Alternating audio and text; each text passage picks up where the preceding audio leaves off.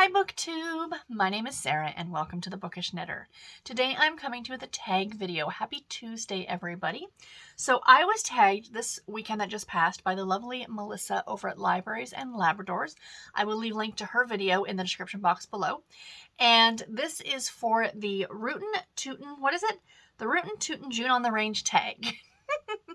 The tag itself was created by Steve Donahue. Leave a link to him below as well. And this is in conjunction with a reading event this month, in the month of June, called June on the Range. So yeah, this is a lot of fun. I listened to Melissa's answers to these questions, and I thought they were delightful, and I thought the questions themselves were great.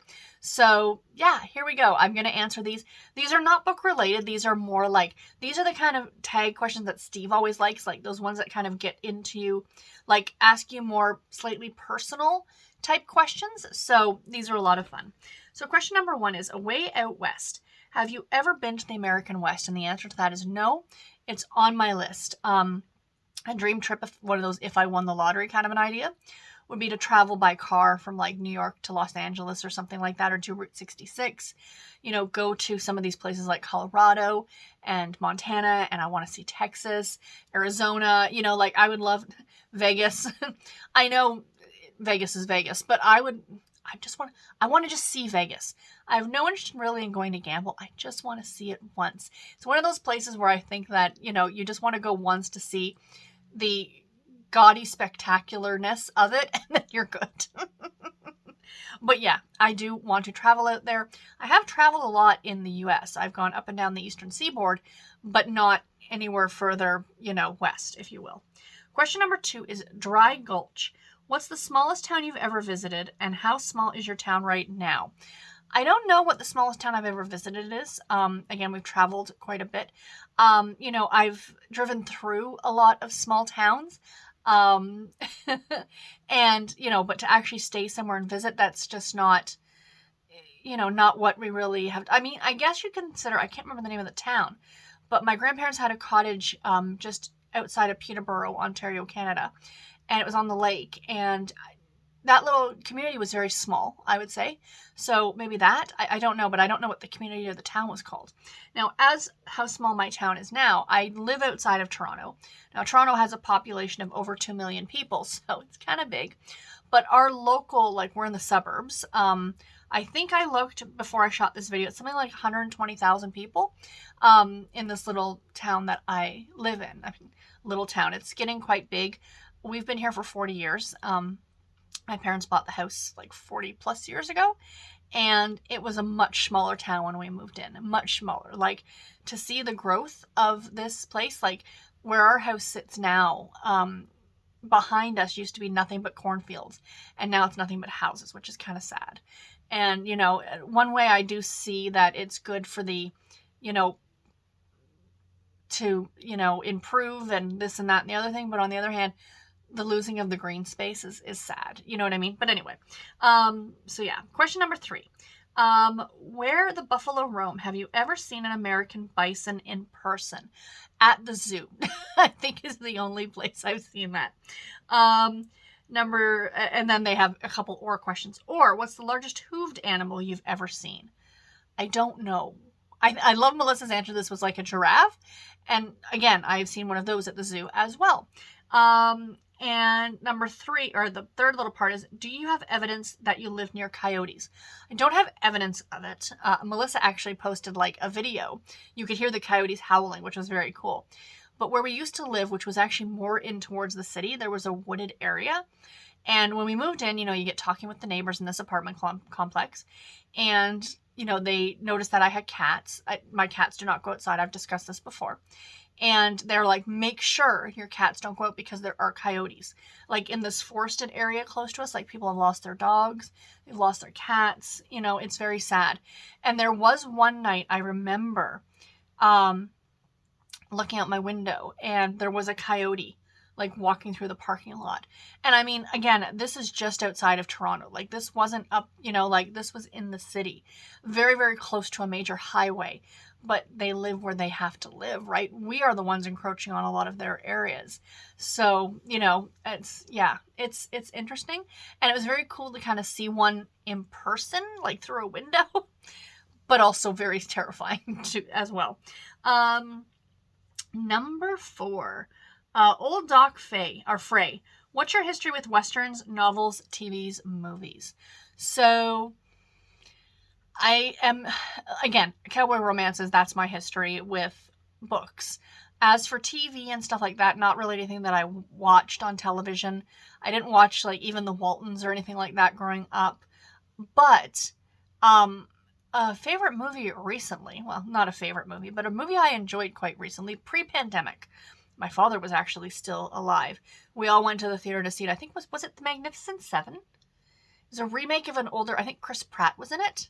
And Vincent D'Onofrio was in it. I quite like that one.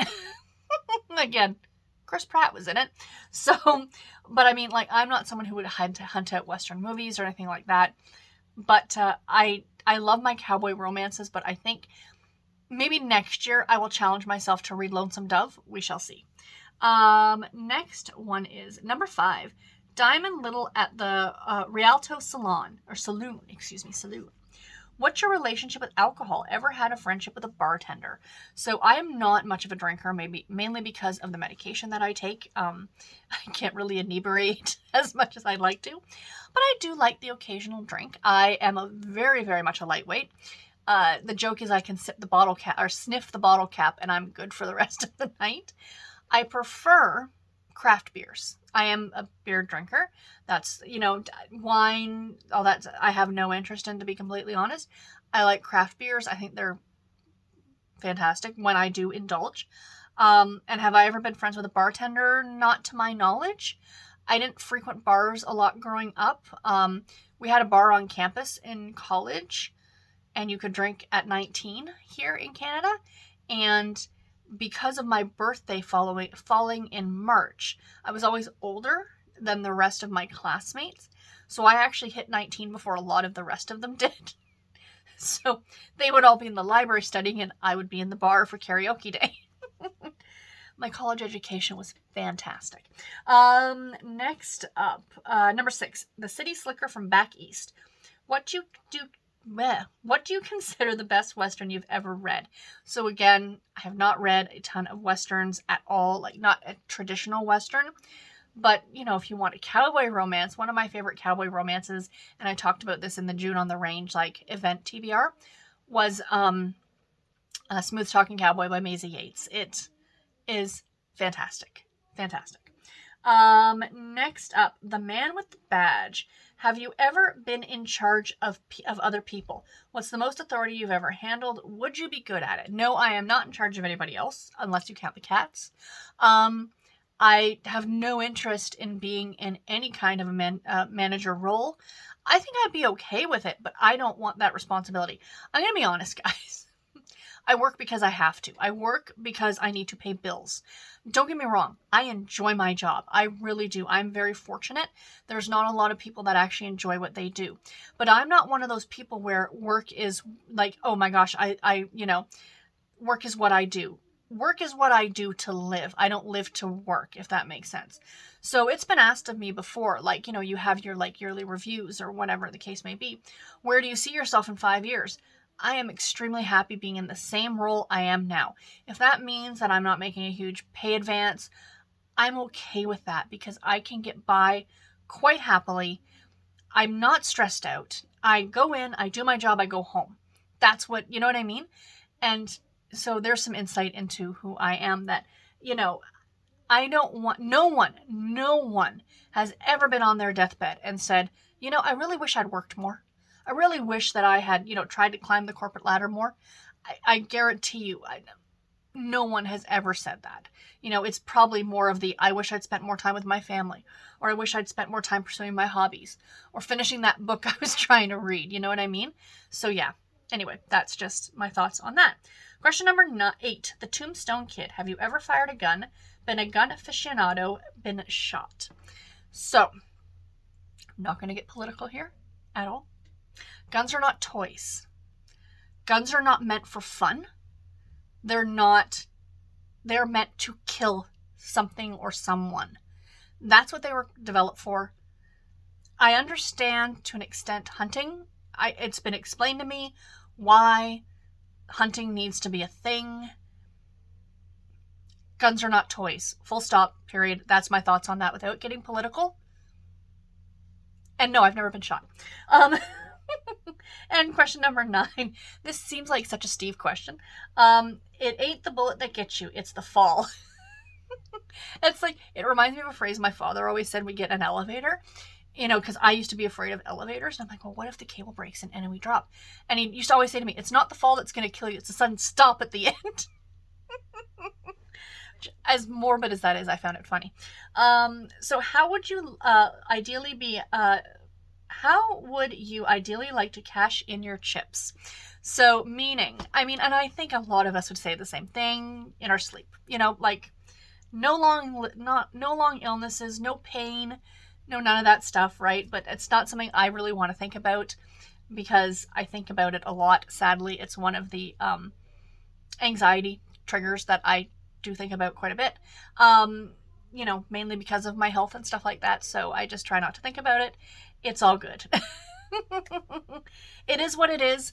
I would rather not think about that and enjoy all the other things that I can control in a way, right? Like my life right now. So anyway, guys, that is the tag. I'm not going to tag anybody because I don't know who else is doing this, but like, Storm, if you're watching this, I know Storm is participating in June on the Range. If you want to do this tag, I will tag you. So I will leave Storm's channel listed below as well in case you want to check it out. That's Storm from Storm Reads. So yeah, anyway, guys, that is it. I hope that you enjoyed this. A little more insight into the weirdness that is me. And until my next video, everybody, take care and happy reading. Thank you all so much for watching. Bye, guys.